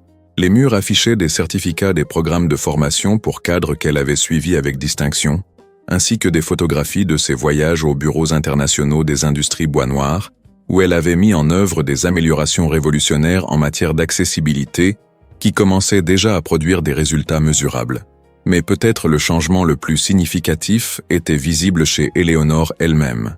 Les chignons sévères et les couleurs discrètes qui caractérisaient autrefois son apparence avaient cédé la place à des coiffures plus douces et à des vêtements qui reflétaient à la fois l'autorité professionnelle et la confiance personnelle. Ses yeux noisettes, autrefois prompts à éviter le contact avec les autres, rencontraient désormais directement les regards, avec chaleur et assurance. Lorsqu'elle traversait les couloirs des industries bois noirs, les dirigeants comme le personnel se tournaient pour la saluer avec un respect et une affection sincères. Le succès de son initiative d'accessibilité internationale avait dépassé même les attentes ambitieuses d'Adrien. Le bureau de Londres était devenu un modèle de conception inclusive, avec des systèmes d'alerte visuelle, une signalisation multilingue et des protocoles de communication qui avaient non seulement amélioré l'accessibilité pour les employés et visiteurs handicapés, mais aussi renforcé l'efficacité globale et la satisfaction des clients. Les améliorations à Tokyo avaient entraîné une augmentation significative des partenariats avec des entreprises japonaises dont les dirigeants avaient auparavant lutté avec les barrières linguistiques et culturelles. Plus remarquablement encore, le bureau de São Paulo était devenu un centre régional pour les entreprises cherchant à améliorer leurs propres normes d'accessibilité, générant un flux de revenus entièrement nouveau qui justifiait plus que l'investissement dans la division d'Éléonore. Mais malgré tous ces accomplissements professionnels, Éléonore se trouvait de plus en plus consciente d'une transformation d'un autre genre, une qui avait moins à voir avec son avancement professionnel et davantage avec sa relation croissante avec l'homme qui avait rendu tout cela possible. Adrien Boisnoir s'était révélé être plus qu'un simple dirigeant visionnaire. Il était devenu son mentor, son défenseur et, de plus en plus, quelque chose qu'elle n'osait pas encore nommer, même pour elle-même. Leurs réunions hebdomadaires de suivi avaient évolué de discussions d'affaires formelles à des conversations plus larges sur la philosophie, la responsabilité sociale et l'avenir du leadership d'entreprise. Éléonore avait découvert que sous l'extérieur professionnel intimidant d'Adrien se cachait un homme d'une profondeur et d'une complexité remarquables, quelqu'un dont l'engagement à avoir un impact positif sur le monde égalait et même dépassait le sien. Cela avait commencé par de petits gestes, un café livré à son bureau pendant des journées particulièrement longues, des questions attentives sur son bien-être personnel, en plus de son progrès professionnel, des invitations à le rejoindre pour des dîners de travail qui s'étendaient inévitablement à des discussions sur l'art, la littérature et leur vision partagée, pour créer un environnement d'affaires plus inclusif. Éléonore s'était surprise à attendre ces interactions avec une anticipation qui n'avait rien à voir avec l'avancement de carrière et tout à voir avec le simple plaisir de sa compagnie.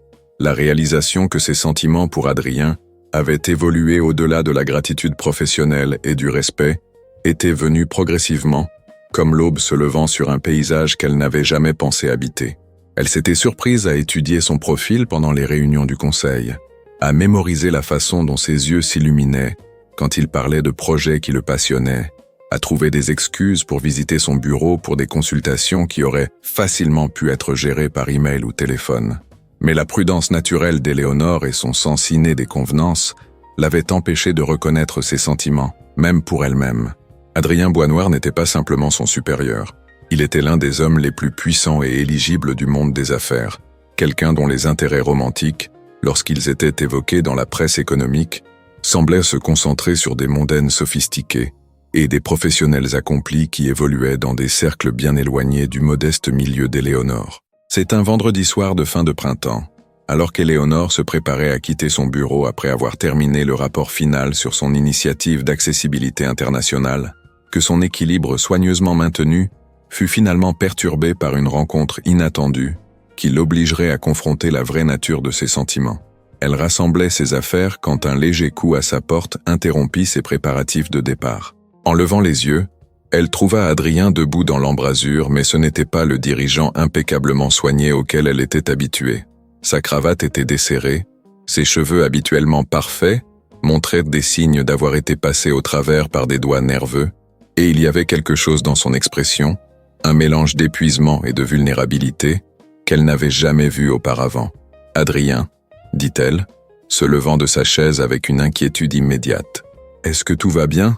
Il entra dans son bureau, fermant la porte derrière lui avec un geste qui semblait à la fois significatif et d'une certaine manière définitif. « Je viens de sortir d'une réunion du conseil qui a duré 6 heures, dit-il, sa voix portant une lassitude qui allait au-delà de la simple fatigue physique. Nous discutions des rapports trimestriels et les performances de votre division ont été évoquées. Éléonore sentit son cœur faire un bond, incertaine si ce développement présageait du bien ou du mal pour son avenir. Oh, Adrien se déplaça vers la fenêtre qui surplombait la ville, ses mains jointes derrière son dos dans le geste familier qu'elle associait à ces moments de profonde contemplation. Les membres du conseil étaient unanimes dans leurs éloges pour ce que vous avez accompli, Éléonore. Les améliorations d'accessibilité ont non seulement atteint chaque objectif que nous avions établi, mais elles ont ouvert des marchés entièrement nouveaux et des flux de revenus que personne n'avait anticipés. Le soulagement inonda le système d'Éléonore, immédiatement suivi par la fierté de ce que son équipe avait accompli.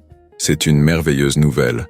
Je suis si heureuse que le conseil reconnaisse la valeur des pratiques commerciales inclusives. Mais ce n'est pas pourquoi je suis ici, continua Adrien se détournant de la fenêtre pour lui faire face directement. Dans la lumière dorée du soleil couchant qui filtrait à travers la vitre, ses traits semblaient plus doux en quelque sorte, moins intimidants et plus purement humains qu'elle ne les avait jamais vus. « Alors pourquoi êtes-vous ici ?» demanda doucement Éléonore, bien que quelque chose dans sa manière suggérait que cette conversation s'aventurerait sur un territoire qu'il n'avait jamais exploré auparavant. Adrien resta silencieux si longtemps qu'Éléonore se demanda s'il avait changé d'avis sur ce qu'il était venu dire. Quand il parla finalement, ses mots étaient mesurés et prudents, comme s'il naviguait à travers des eaux émotionnelles traîtresses. « Vous souvenez-vous du premier jour où nous nous sommes rencontrés, Éléonore, quand vous interprétiez pour Monsieur Laurent ?»« Bien sûr, » répondit-elle, incertaine de la direction que prenait cette conversation. « J'ai beaucoup pensé à ce jour récemment, » dit Adrien s'approchant d'où elle se tenait. « À la façon dont vous vous êtes avancé pour aider quelqu'un sans hésitation, sans calculer ce que cela pourrait vous apporter. À la grâce et la compétence que vous avez montrées dans une situation qui aurait pu être maladroite ou embarrassante. » Éléonore sentit ses joues se réchauffer sous son intense examen, mais elle soutint fermement son regard. « Je faisais simplement ce qui devait être fait. »« Non » dit Adrien, sa voix prenant un ton de douce correction. « Vous étiez qui vous êtes. Quelqu'un qui voit un besoin et y répond avec compassion et capacité. Quelqu'un qui rend tous ceux qui l'entourent meilleurs simplement par sa présence. » Le compliment était si inattendu et si profondément ressenti qu'Éléonore se retrouva à lutter pour trouver ses mots. « Adrien, Laissez-moi finir, » dit-il, levant une main pour prévenir sa réponse. « Au cours de ces derniers mois, en vous observant vous transformer d'une réceptionniste timide en l'une des dirigeantes les plus innovantes de l'industrie, j'en suis venu à réaliser quelque chose que j'ai essayé de me nier à moi-même depuis bien trop longtemps. » Le cœur d'Éléonore commença à s'emballer alors qu'elle sentait qu'ils approchaient une sorte de précipice, un moment qui changerait à jamais la nature de leur relation. « Qu'avez-vous réalisé ?» Adrien s'approcha encore plus près, assez près pour qu'elle puisse voir les éclats d'argent dans ses yeux gris, assez près pour qu'elle puisse détecter le subtil parfum de son eau de Cologne et la chaleur irradiante de son corps. « J'ai réalisé qu'à un moment donné, mon admiration professionnelle pour vos capacités est devenue quelque chose de bien plus profond et personnel. » Les mots flottaient entre eux comme un défi ou un cadeau, selon la façon dont Éléonore choisissait de les recevoir. Elle sentit son souffle se bloquer dans sa gorge alors qu'elle traitait les implications de son aveu. « Que voulez-vous dire ?» murmura-t-elle, bien qu'elle soupçonnait déjà savoir. « Je veux dire, » répondit Adrien, sa voix descendant à un registre intime qui lui envoya des frissons le long de la colonne vertébrale, « que je suis tombé amoureux de vous, Éléonore Dupont. Je dis que chaque succès que vous avez obtenu m'a rempli non seulement de fierté professionnelle, mais de joie personnelle.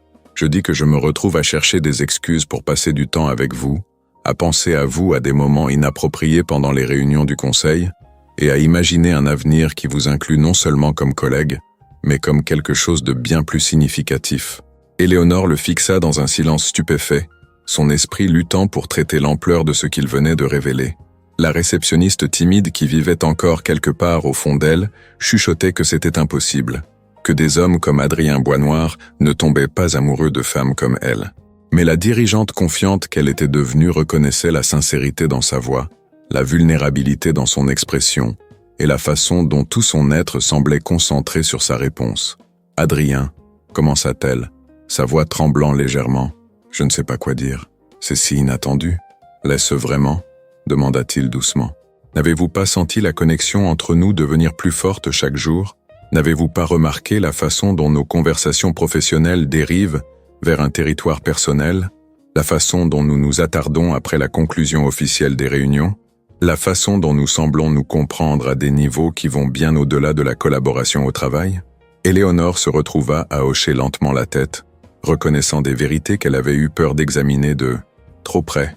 Oui, admit-elle doucement. J'ai remarqué ces choses, mais j'ai supposé que c'était juste mon imagination ou un souhait de ma part. Un souhait? Répéta Adrien, ses sourcils se levant avec ce qui pourrait avoir été de l'espoir. Cela signifie-t-il que vous avez souhaité quelque chose de plus entre nous? La question directe força Éléonore à confronter des sentiments qu'elle avait soigneusement réprimés pendant des mois. En regardant dans les yeux d'Adrien, elle vit non pas le titan d'entreprise intimidant qui avait le pouvoir de remodeler sa vie avec une seule décision, mais simplement un homme qui lui offrait son cœur sans garantie, qu'elle le traiterait avec douceur. Oui, dit-elle, sa voix devenant plus forte à chaque mot, j'ai souhaité quelque chose de plus. Je suis tombée amoureuse de vous aussi, Adrien, bien que j'ai été trop effrayée pour l'admettre même à moi-même. Le sourire qui illumina le visage d'Adrien était radieux de joie et de soulagement. Effrayée de quoi? Effrayée que je lisais mal la situation, répondit honnêtement Éléonore. Effrayée que vous penseriez que j'étais présomptueuse ou inappropriée. Effrayée que je perdrais non seulement mon emploi, mais aussi l'amitié la plus significative que j'ai jamais eue avec quelqu'un qui n'est pas de ma famille. Adrien tendit la main lentement, lui donnant le temps de reculer si elle le choisissait, et prit doucement son visage entre ses mains. « Éléonore, dit-il, sa voix tendre d'émotion, vous ne pourriez jamais perdre mon amitié ou mon respect. Quelle que soit votre réponse à ce que je vous ai dit aujourd'hui, vous aurez toujours ces deux choses. » Mais Éléonore n'avait aucune intention de reculer. Au lieu de cela, elle s'approcha de lui, fermant la distance entre eux jusqu'à ce qu'ils se tiennent si près qu'elle pouvait sentir la chaleur de son souffle contre sa joue. « Qu'est-ce que vous me demandez exactement, Adrien ?» murmura-t-elle. « Je vous demande, » répondit-il, ses pouces caressant doucement ses pommettes, « si vous envisageriez de permettre à notre relation de devenir quelque chose de plus que professionnel. Je vous demande si vous seriez prête à explorer ce qui pourrait se développer entre nous, si nous nous donnions la permission d'arrêter de lutter contre ces sentiments. » La réponse d'Éléonore vint non pas en mots, mais en action, alors qu'elle se leva sur la pointe des pieds pour fermer la distance finale entre eux, pressant ses lèvres contre les siennes, dans un baiser qui semblait contenir tous les mois de désir réprimé et de connexion croissante qui les avaient amenés à ce moment. La réponse d'Adrien fut immédiate et tendre, ses bras entourant sa taille tandis qu'il approfondissait le baiser, y versant toute l'émotion et le désir qu'il avait soigneusement contrôlés. Quand ils se séparèrent finalement, tous deux respirant lourdement, Éléonore vit dans ses yeux une combinaison de passion et de tendresse qui lui coupa le souffle. « Est-ce un oui ?» demanda-t-il, sa voix rauque d'émotion. « C'est un oui à tout », répondit Éléonore, sa propre voix épaisse de larmes de joie qu'elle n'avait pas réalisé verser. « Oui à explorer cette relation, oui à voir où ces sentiments pourraient nous mener, oui à prendre tous les risques nécessaires pour découvrir ce que nous pourrions construire ensemble. » Le baiser d'Adrien en réponse fut plus profond et plus passionné que le premier, et Éléonore se retrouva à fondre dans son étreinte, avec un sentiment de justesse et de complétude qu'elle n'avait jamais expérimenté auparavant. Quand ils se séparèrent finalement, tous deux souriaient avec la radiance particulière qui vient d'avoir trouvé quelque chose de précieux et d'inattendu. « Il y a autre chose, » dit Adrien, son expression devenant plus sérieuse. « Quelque chose que je dois vous dire avant que nous allions plus loin. » Éléonore ressentit un flottement d'anxiété. « De quoi s'agit-il ?»« La nuit où je vous ai offert ce poste, » commença Adrien, « ce n'était pas seulement à cause de votre interaction avec Monsieur Laurent, bien que ce fût certainement le catalyseur. La vérité est que je vous observais depuis des jours avant cet incident, remarquant la façon dont vous traitiez chaque personne qui approchait votre bureau avec gentillesse et respect, la façon dont vous alliez au-delà de vos responsabilités de base, pour vous assurer que chacun se sentait accueilli et valorisé. » Éléonore le regarda avec surprise. « Vous m'observiez? Pas de manière inappropriée, » clarifia rapidement Adrien. « Mais je vous avais remarqué, Éléonore. J'avais remarqué votre grâce sous pression, votre empathie naturelle, votre compétence tranquille. Quand je vous ai vu interpréter pour Monsieur Laurent avec une telle fluidité et compassion, cela a simplement confirmé ce que j'avais déjà commencé à soupçonner, que vous étiez quelqu'un de spécial, quelqu'un qui méritait des opportunités qui correspondaient à vos capacités et à votre caractère. Éléonore se sentit submergée par cette révélation. Donc l'offre d'emploi était entièrement basée sur le mérite et le potentiel, assura Adrien. Mes sentiments personnels grandissants pour vous n'avaient rien à voir avec l'opportunité professionnelle que j'ai offerte. Si quelque chose, ces sentiments se sont développés parce que j'ai pu observer votre caractère et vos capacités de plus près. Éléonore hocha la tête, comprenant l'importance de cette distinction et se sentant reconnaissante que leur relation professionnelle ait maintenu son intégrité, même alors que leur connexion personnelle s'était approfondie. « Qu'est-ce qui se passe maintenant ?» demanda-t-elle. « Comment naviguer dans cette nouvelle dimension de notre relation tout en maintenant nos responsabilités professionnelles ?»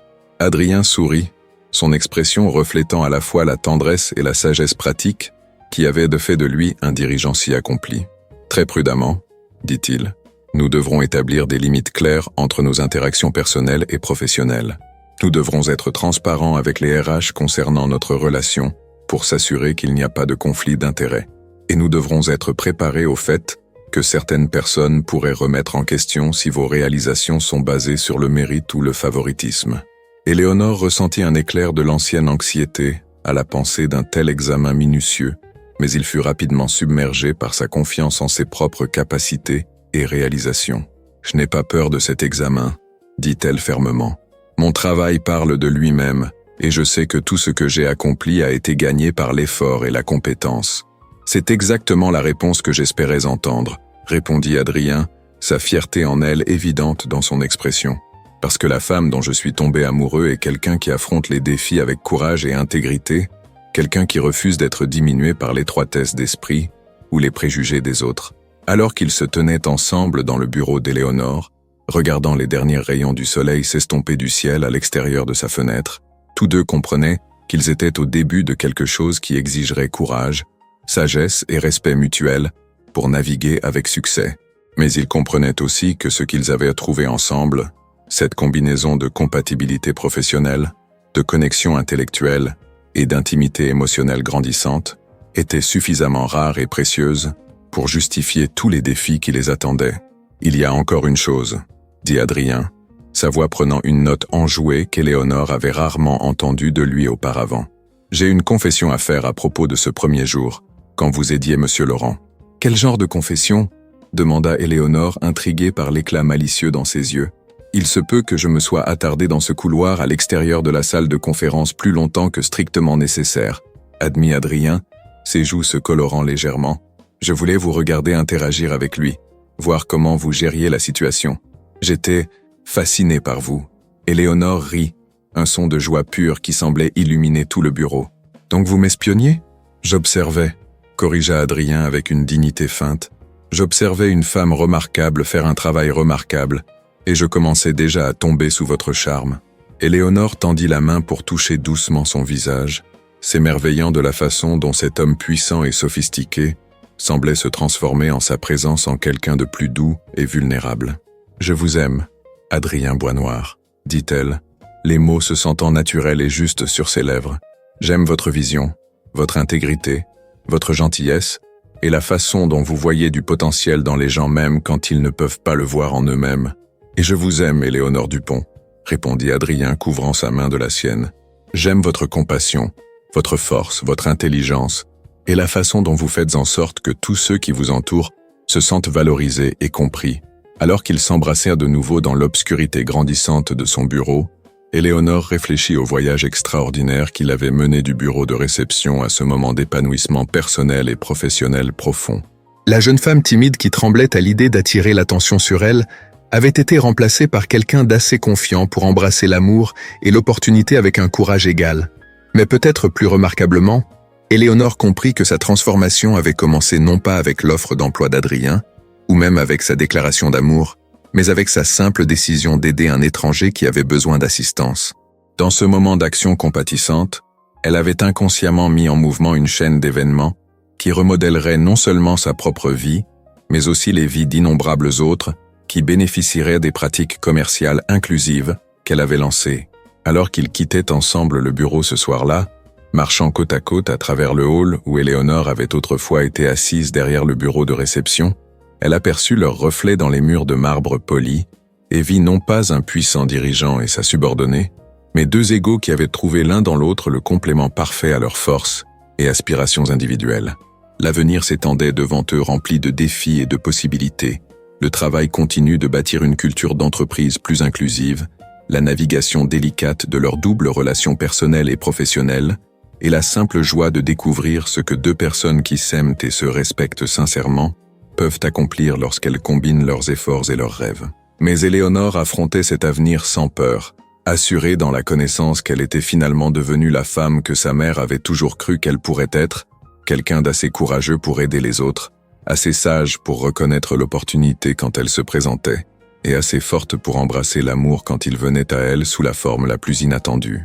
La réceptionniste timide, qui avait aidé un invité sourd avec la langue des signes, avait disparu, remplacée par une femme qui comprenait que la vraie force ne venait pas de rester invisible, mais d'avoir le courage de s'avancer dans la lumière et de devenir tout ce qu'elle était destinée à être.